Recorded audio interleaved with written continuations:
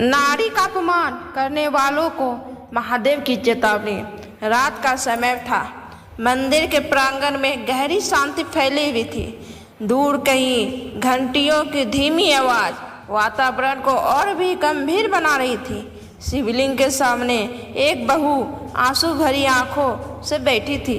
उसके मन में दर्द था, अपमान था और एक ऐसा अकेलापन था जिसे शब्दों में कहना आसान नहीं था। घर में सब थे, फिर भी वह अकेली थी। हर दिन ताने, हर दिन अपमान, हर दिन यह एहसास कि वह इस घर की सदस्य नहीं, केवल एक जिम्मेदारी है। उसने कांपते हुए हाथ जोड़कर महादेव से पूछा, भोलेनाथ, क्या बहू होना इतना बड़ा अपराध है? क्या एक लड़की अपने घर छोड़कर केवल अपमान सहने के लिए दूसरे घर आती है? क्या उसके सपनों की कोई कीमत नहीं होती? मंदिर में हवा का एक तेज झोंका आया। दीपक की लो कांपी और ऐसा लगा मानो स्वयं महादेव उस पीड़ा को सुन रहे हो। महादेव मौन रहते हैं, पर उनका मौन कभी अन्याय का साथ नहीं देता।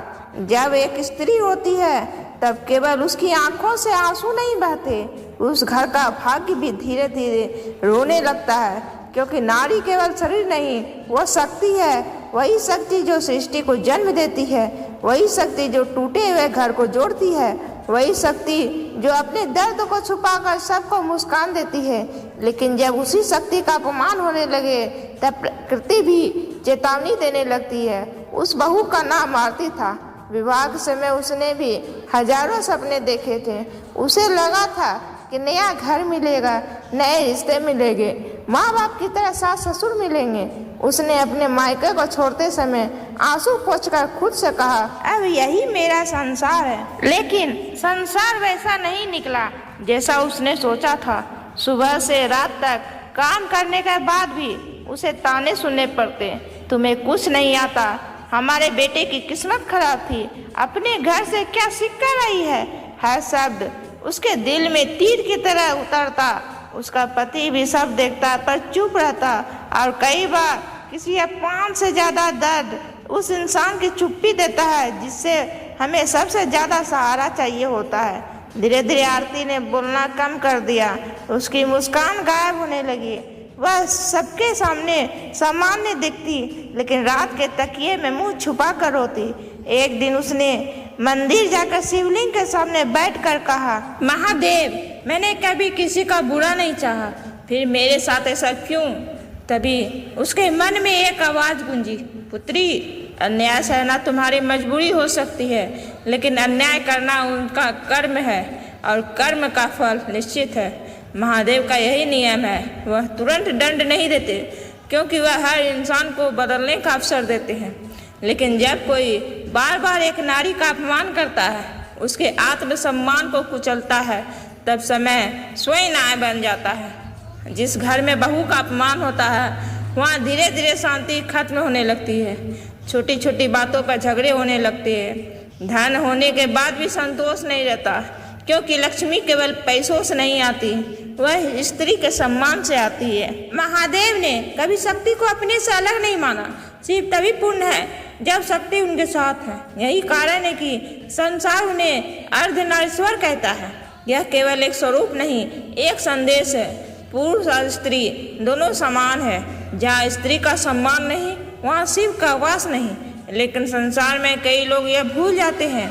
वे बहू को केवल जिम्मेदारी समझते हैं, उसकी भावनाओं को महत्व नहीं देते। वे भूल जाते हैं कि जिस लड़की को वो ताने दे रहे हैं, उससे अपने माता पिता का घर छोड़ कर आया है, अपने बचपन की यादें छोड़ी, केवल उस उम्मीद में कि नया घर उसे अपनाएगा।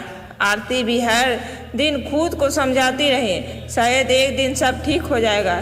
लेकिन अत्याचार जब आदत बन जाए तब चुप्पी इंसान के भीतर से तोड़ने लगती है।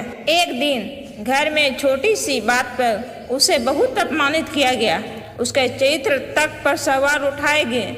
उस रात वह पूरी तरह टूट चुकी थी। उसने फिर मंदिर जाकर महादेव से कहा, अब मुझ में सहने की शक्ति नहीं बची। और तभी उसके मन में फिर वही आवाज आई, सहनशीलता पुण्य है, लेकिन स्वयं का अपमान स्वीकार करना अधर्म है। महादेव कभी किसी स्त्री को कमजोर बनने की शिक्षा नहीं देते। पार्वती भी शक्ति बनी थी, महाकाली भी शक्ति बनी थी। नारी का धैर्य उसकी ताकत है, लेकिन जब कोई उस धैर्य को कमजोर समझ ले तब उसे अपने आत्मसम्मान के लिए खड़ा होना ही पड़ता है। अगले दिन पहली बार आरती ने शांत आवाज में अपने लिए बोलना शुरू किया। उसने किसी का अपमान नहीं किया, केवल इतना कहा, मैं इस घर की बहू हूँ, नौकरानी नहीं, मैं सम्मान की हकदार हूँ। उसकी आवाज कांप रही थी, लेकिन उसके भीतर महादेव का साहस था। शुरुआत में सबको उसका बदलना बुरा लगा, लेकिन धीरे धीरे उन्हें एहसास होने लगा कि जिस लड़की को ये कमजोर समझते थे वही इस घर को हर दिन जोड़ने की कोशिश कर रही थी। समय बीता, एक दिन उसकी सास बीमार पड़ी। उस समय वही आती रात रात भर जाकर उनकी सेवा करती रही। तभी पहली बार उसकी सास की आंखों में पछतावा आया। उन्होंने रोते हुए कहा, हमने तुम्हें कभी बेटी नहीं माना, लेकिन तुमने हमेशा माँ समझकर सेवा की। आरती की आंखों में भी आंसू आ गए। यह नारी का हृदय होता है, वह टूटकर भी प्रेम देना छोड़ती नहीं। महादेव का संदेश यही है, नारी का अपमान मत करो, क्योंकि उसका दिल दुखाकर कोई कभी सुखी नहीं रह सकता। जो बहू पूरे घर के लिए अपना सब कुछ छोड़ देती है, उसे ताने नहीं, अपनापन चाहिए। उसे अपमान नहीं, सम्मान चाहिए। उसे डर नहीं, प्रेम चाहिए। और जो लोग यह समझ जाते हैं उनके घर में शांति बनी रहती है। महादेव कहते हैं, यदि तुम मेरे भक्त हो तो सबसे पहले अपने घर की स्त्री का सम्मान करना सीखो। मंदिर में चढ़ाया गया जल मुझे तब तक स्वीकार नहीं जब तक तुम्हारे घर की नारी आंसू बहा रही हो, क्योंकि सच्ची पूजा केवल मंत्रों में नहीं होती, व्यवहार में होती है। आज भी कई घरों में बहुएं चुपचाप दर्द सहती है। वे मुस्कुराती है ताकि परिवार टूटे नहीं। वे रोती है लेकिन किसी को दिखाती नहीं। वे खुद टूट जाती है लेकिन घर को टूटने नहीं देती। ऐसी हर स्त्री को महादेव का यही संदेश है, तुम कमजोर नहीं हो, तुम वही शक्ति हो जिससे सृष्टि चलती है।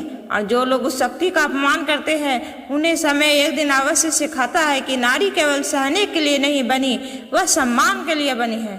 इसलिए यदि आपके घर में भी कोई बहू है तो उसे केवल रिश्ते का नाम मत दीजिए, उसे अपनापन दीजिए, क्योंकि एक खुश बहू पूरे घर को स्वर्ग बना सकती है।